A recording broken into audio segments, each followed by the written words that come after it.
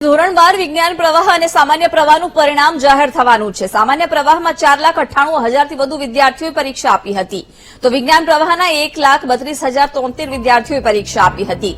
આમ ધોરણ 12ના કુલ 6,30,352 વિદ્યાર્થીઓએ પરીક્ષા આપી હતી, જ્યારે ગુજકેટ માટે 1,37,000 વિદ્યાર્થીઓએ પરીક્ષા આપી હતી।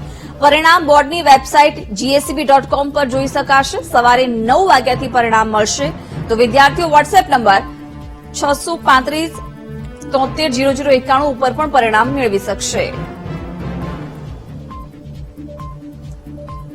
ધોરણ 12 સામાન્ય અને વિજ્ઞાન પ્રવાહનું આજે પરિણામ જાહેર થવાનું છે। સવારે 9 કલાકે બોર્ડની વેબસાઇટ GSEB.com પર ધોરણ 12ના વિદ્યાર્થીઓ પોતાનું પરિણામ જોઈ શકશે। આ સાથે જ આ વખતે એક વોટ્સએપ નંબર પણ આપવામાં આવ્યો છે। વોટ્સએપ નંબર પર પણથી તેઓ પરિણામ મેળવી શકશે।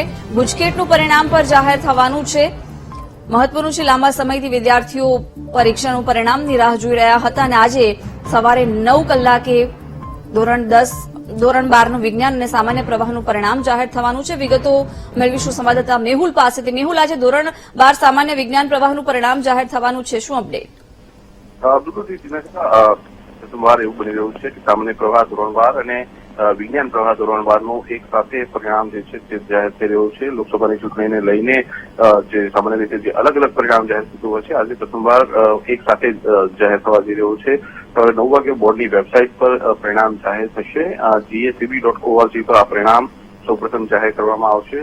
ગુજકેટનું પણ પરિણામ જે છે તે જાહેર થશે। ધોરણ 12માં કુલ 6,30,000 વિદ્યાર્થીઓ જે છે તેમને પરીક્ષા આપી હતી અને સામાન્ય પ્રવાહની અંદર ધોરણ 12 વિજ્ઞાન પ્રવાહની અંદર 1,32,000, સામાન્ય પ્રવાહની અંદર 4,98,000 જે છે તે વિદ્યાર્થીઓએ પરીક્ષા આપી હતી। જ્યારે ગુજકેટની પરીક્ષા માટે 1,37,700 વિદ્યાર્થીઓએ પરીક્ષા આપી હતી। એટલે આ 6,30,000 જે વિદ્યાર્થીઓ છે તેનું પરિણામ આજે જાહેર થવા જઈ રહ્યું છે। જી જીના છે।